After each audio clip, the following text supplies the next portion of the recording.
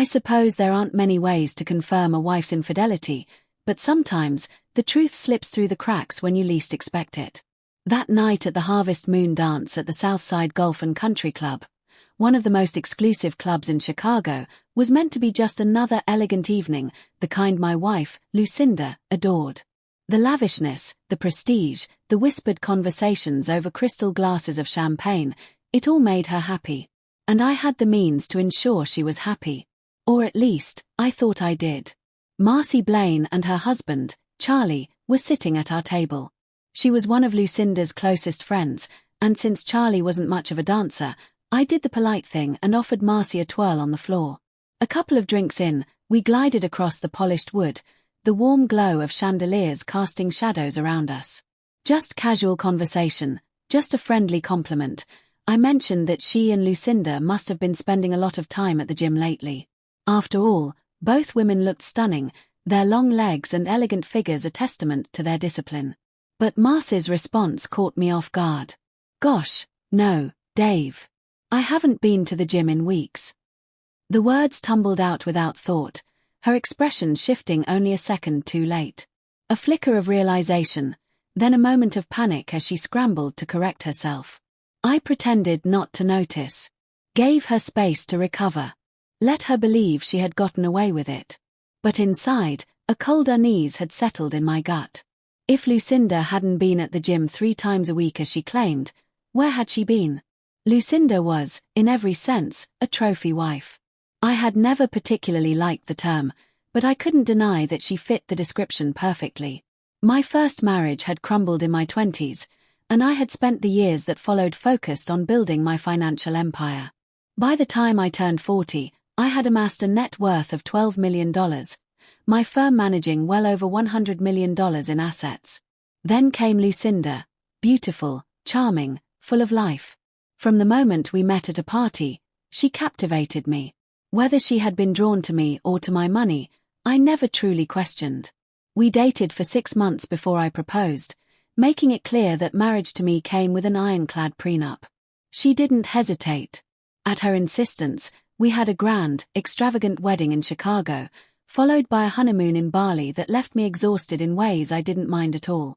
Lucinda loved sex. Or perhaps she loved the power that came with it, knowing how much I wanted her. Either way, our nights were filled with passion, and I never had reason to doubt her. Until now. It didn't take long to uncover the truth. Within 2 weeks, I had all the sordid details. Lucinda had been having an affair with Chris Remington, the director of human resources at the charity she volunteered for. She hadn't wanted a job when we married, and I had no objections. Apparently, she had found other ways to occupy her time. Their rendezvous took place in the plush suites of high-end hotels, though she had been careful to ensure that none of the expenses appeared on her Platinum Amex card. Even knowing the truth, what unsettled me most was that our own sex life had remained unchanged. Lucinda still came home to me, still tangled herself in my sheets with the same fervor as always. I wondered if she still cared about me, or if the thrill of deception excited her. Either way, our marriage was already dead. But emotions don't build fortunes, and I hadn't built mine by acting on impulse. So I waited. Observed. Planned. Then, my private investigator handed me a recording. I hadn't listened to any of the tapes or looked at the photos. What was the point?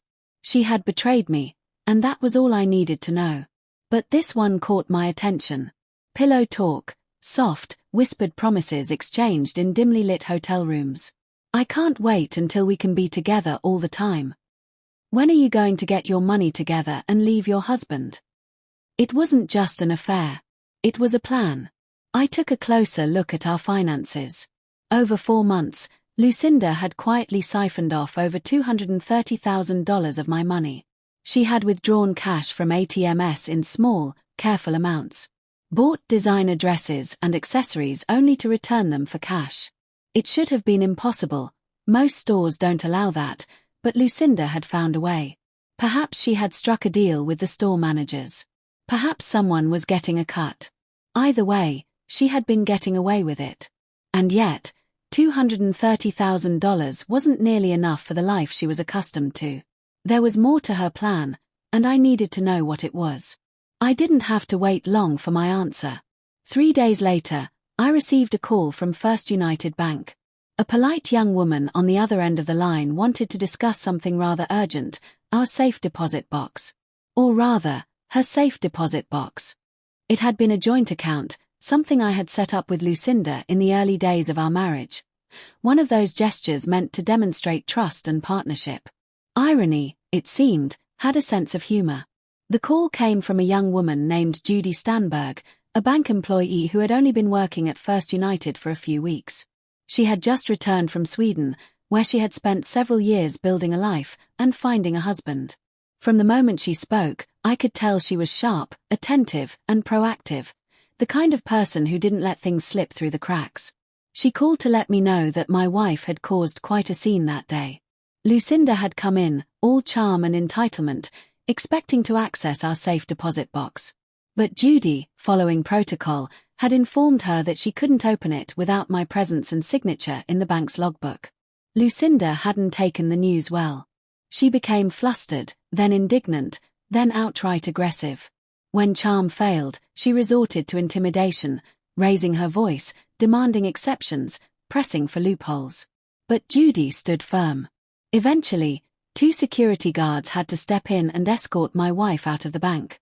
As I listened, a slow, knowing smile crept across my face. This was it. The final piece of the puzzle. Inside that safe deposit box, among legal documents of no real financial value, rested a collection of jewelry worth close to $2 million, a dazzling diamond choker, matching diamond earrings, and a sapphire and diamond bracelet. Over the years, I had lavished Lucinda with gifts like these, believing that my generosity, if nothing else, had solidified my place in her heart. Now I understood the truth. To her, those jewels weren't symbols of love or devotion. They were an escape plan. Her golden parachute. The key to a new life with Chris. A few more days of surveillance filled in the remaining blanks.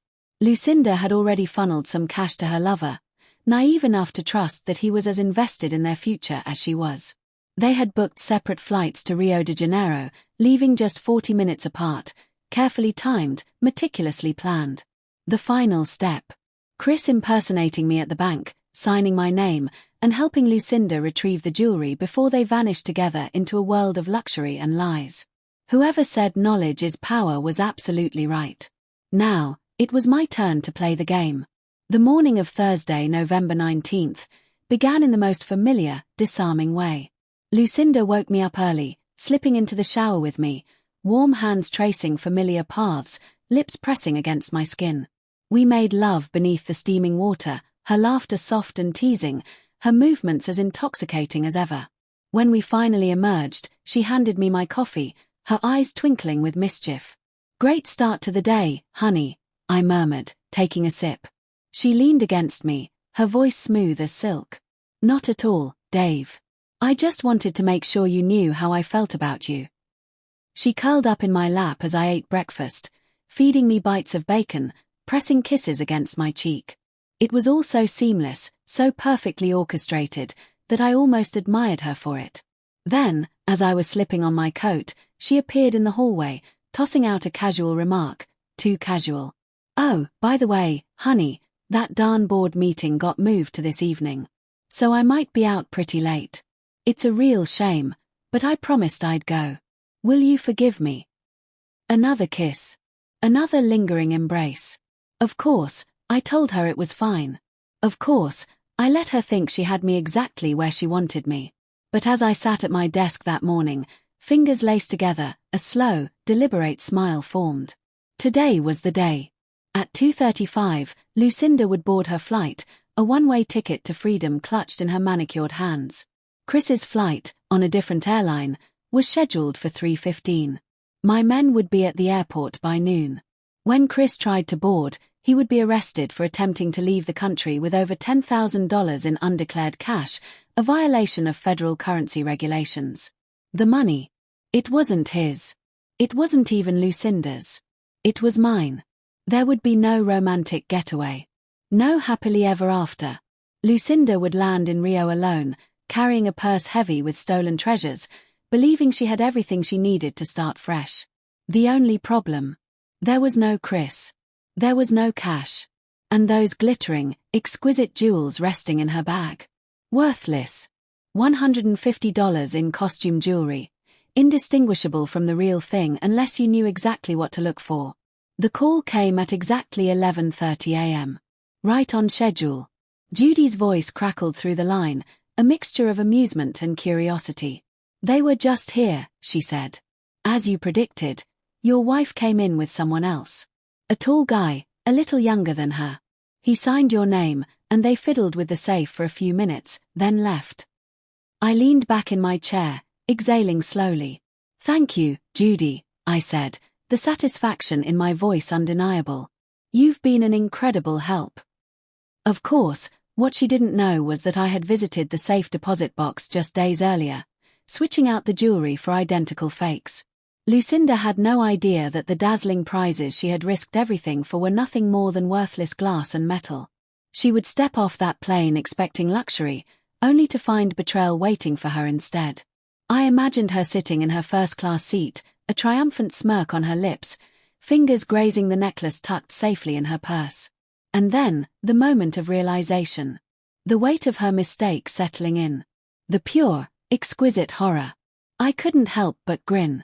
Judy, I said, a spark of mischief in my tone, I'd love to show my appreciation. How about I take you and your husband out to dinner this Saturday? Somewhere really swanky. Mundane, perhaps. Judy giggled. That would be great, Uncle Dave. I chuckled, shaking my head. Revenge, it turned out, was a dish best served with a glass of top-shelf whiskey and the knowledge that, wherever she was at this very moment, Lucinda had finally learned the cost of betrayal.